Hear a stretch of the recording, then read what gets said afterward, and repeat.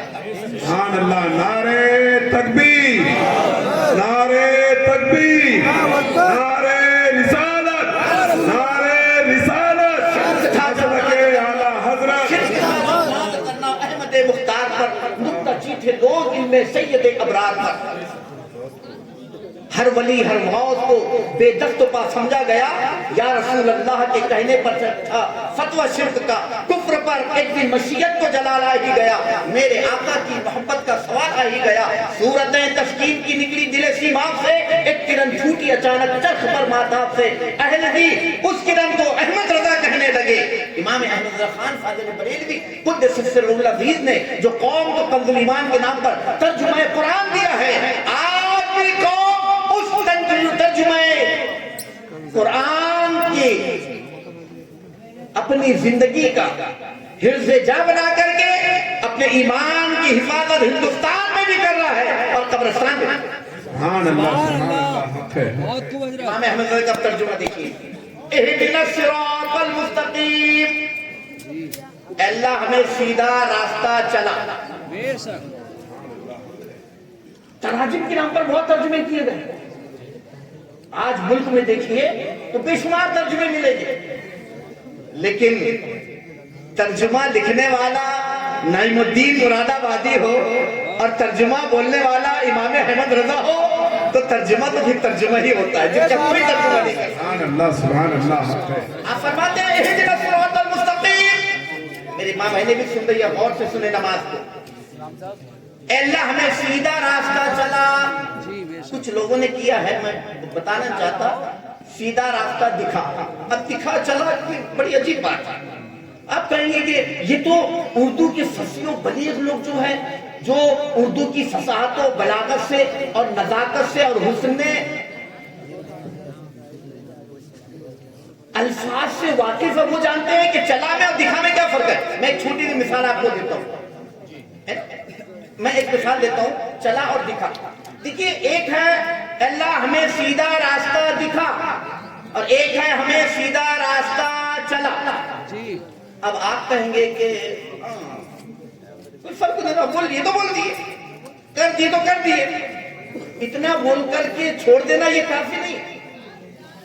دکھا اور چلا کہ میں ایک مثال دیتا ہوں آپ کو۔ میں آپ کے ضلع مراد آباد میں پہلی مرتبہ حاضر ہوں۔ اگر ہم ریلوے اسٹیشن پر اتر کر کے یہ پوچھتے کہ ہمیں غازی پور جانا ہے تو صرف ایک جگہ پوچھنے سے کام نہیں چلتا۔ جی جی جی شہرے میں، اب میری گفتگو نوجوان بچوں غور سے سنیں، میں تقریر نہیں کروں، میں یوں سمجھیے کہ اسلامک کوچنگ کلاس میں بیٹھا ہوں، آپ کو پڑھا رہا ہوں، آپ کو پڑھنا ہے، آپ میرے اسٹوڈنٹس ہیں، میں آپ کا ٹیچر ہوں۔ اچھا ٹیچر وہ ہے جو اپنے اسٹوڈنٹس کو مطمئن کر دے، اور اچھے اسٹوڈنٹس وہ ہوتے ہیں جو اپنے ٹیچر کی بات کو ذہن میں رکھ لیں۔ کسی انگریز نے ایک جملہ کہا تھا، please keep my best topic in this part corner of your mind. اچھی بات کو ہمیشہ ذہن میں رکھنا چاہیے، زندگی میں کہیں نہ کہیں کام آتی ہے۔ حق ہے سبحان اللہ۔ آپ سمجھ رہے ہیں میری بات کو؟ سنیے، صرف اگر میں پوچھتا کہ مجھے غازی پور جانا ہے، میں چلا اور دکھا، ان دونوں میں ڈیفرنس کیا ہے، فرق کیا ہے، انتر کیا ہے، یہ بتانا چاہتا ہوں۔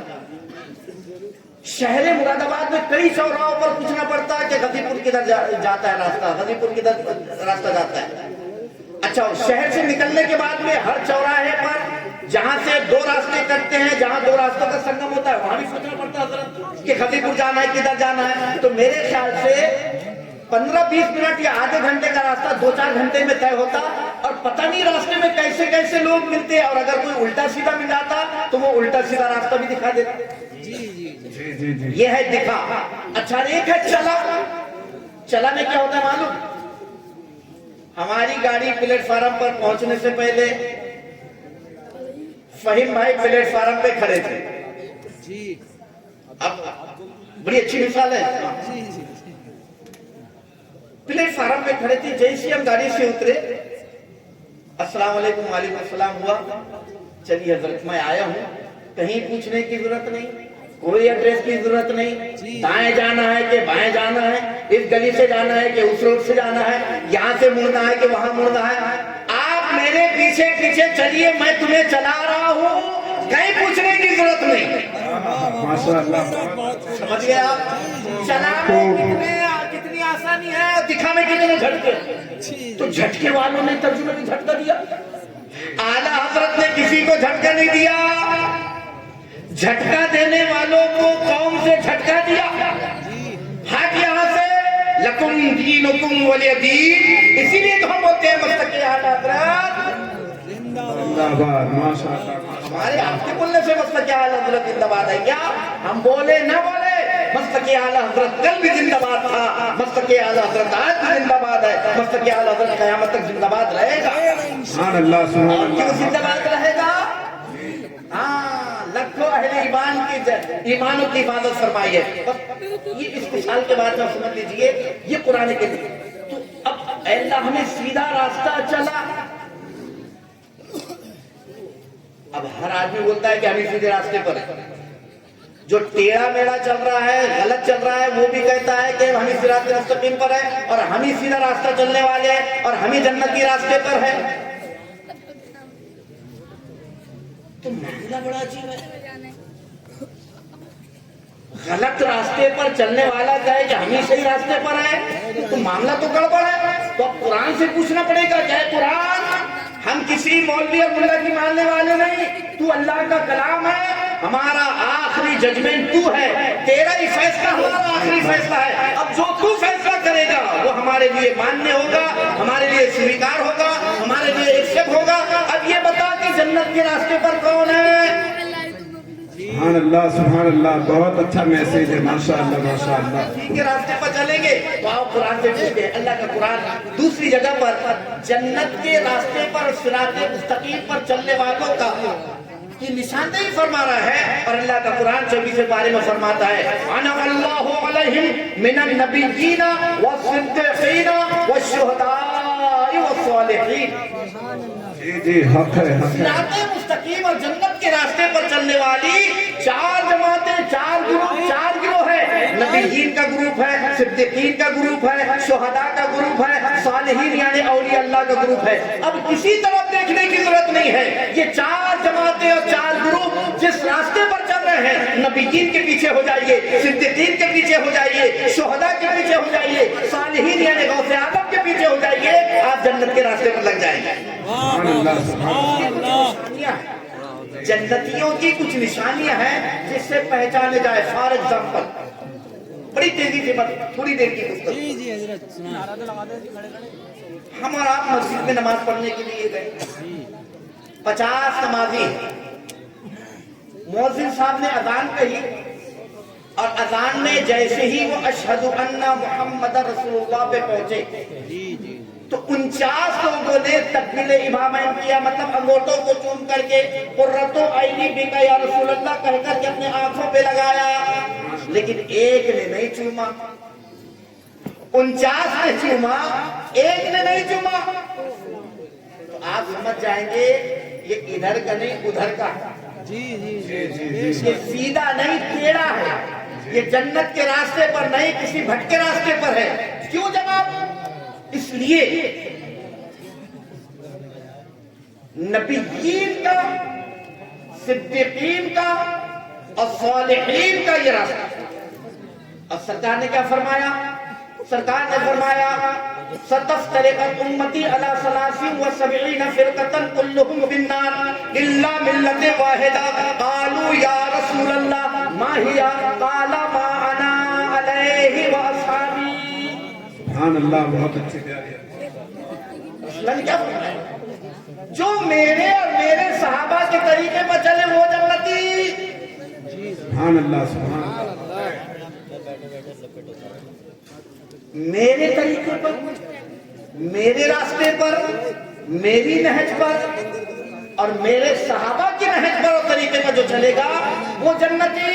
اب ہر آدمی بولتا ہم جنتی تو ہیں لیکن رسول اللہ کے طریقے پر نہیں چل رہے. ہر آدمی بول رہا ہے کہ ہم جنتی تو ہیں لیکن وہ صحابہ کے طریقے پر نہیں چل رہے. تو 49 نے چوما, ایک نے نہیں چوما. اچھا تم اوپر ترا کیا تر رہی ہے؟ تو شرک ہے. شرک کی تعریف آپ اس پر صادق کر ہی نہیں سکتے. قیامت آ سکتی ہے لیکن شرک کی تعریف تقبیل امامین کے کرنے والوں پر صادق نہیں کر سکتے. اور پھر جب نہیں کر سکتے تو اہل جنت اور اہل ایمان پر شرک و کفر کا حکم لگا کر کے ہم آخرت اپنی کیوں خراب کریں؟ مدینہ طیبہ کی مسجد نبوی ہے. رسول اللہ صلی اللہ علیہ وسلم صحابہ کے درمیان تشریف فرما ہے. اذان کا وقت ہوا, مؤذن رسول حضرت بلال حبشی رضی اللہ تعالیٰ میزنی پر چڑھے. میزنی پرانے زمانے میں مسجد کے ایک سائیڈ میں کوئی اونچا مقام ہوتا تھا جس پر کھڑے رہ کر کے مؤذن اذان پڑھتا تھا. اب تو یہ اونگے پونگے چنگے آ گئے, انہوں نے بھی آدھے جلسے کو ختم کر کے رکھ دیا. اس زمانے میں یہ نہیں تھے. مؤذن کی اوریجنل اور حقیقی آواز اونچائی پر کھڑے رہ کر کے گاؤں بستی میں پھیلائی جاتی تھی اور لوگ نماز کے لیے آتے تھے. اس کو میزنی کہتے ہیں. حضرت بلال حبشی چڑھے اور اذان کہی. اذان کہتے کہتے جب وہ اشہد ان محمد رسول اللہ پہ پہنچے تو یار غار حضرت سیدنا ابو بکر صدیق رضی اللہ تعالیٰ نے نام محمد پر اپنے انگوٹھوں کو چوما اور آنکھوں سے لگایا. جب اذان ختم ہو گئی صحابہ نے دعائے اذان پڑھی. رسول اللہ فرماتے ہیں اس حدیث کو جی جی جی ماشاء اللہ. تفسیر روح البیان نے بھی، علامہ ملا علی قاری رحمت اللہ تعالی علیہ نے بھی، علامہ ملا معین کاشفی رحمت اللہ تعالی علیہ نے بھی اپنے مصنف پہ بیان فرمایا. جب ابو بکر نے تکبیر ابراہیم فرمایا، نام محمد پر انگوٹھوں کو چوما، تو سرکار نے کیا فرمایا؟ اے میرے صحابہ، تم نے دیکھا میرے ابو بکر نے کیا کیا؟ صحابہ نے عرض کی ہاں یا رسول اللہ. اس کے مصطفیٰ کانفرنس میں آنے والوں سنو. کہا کہ ہاں یا رسول اللہ، ہم نے اپنے باتوں کی نگاہوں سے دیکھا کہ جب بلال حبشی نے آپ کا اسم شریف اذان میں کہا تو حضرت ابو بکر صدیق نے اپنے انگوٹھوں کو چوم کر کے آنکھوں سے لگایا. اب نبی کا فرمان سنو غازی پور کے مسلمانوں. نبی فرماتے ہیں من فعل مثل ما فعل خلیلی انا طالبہ فی صفوف القیامہ وقائدہ الی الجنہ. سبحان اللہ سبحان اللہ. بولیے نا، سبحان اللہ. سمجھ میں آئے تو سبحان اللہ، نہ سمجھ میں آئے تو سبحان اللہ. ثواب ملے گا انشاءاللہ. یہ اس کے مصطفیٰ کانفرنس سجانے اور منعقد کرنے کا مقصد بھی ثواب کمانا ہے. اب سبحان اللہ اور الحمدللہ آپ مقرر یا ناخواں کے لیے نہیں کہتے، آپ کا اس میں فائدہ ہے. امام بخاری رحمت اللہ تعالی علیہ نے اس کی فضیلت میں اپنی کتاب کے آخر میں اور بخاری شریف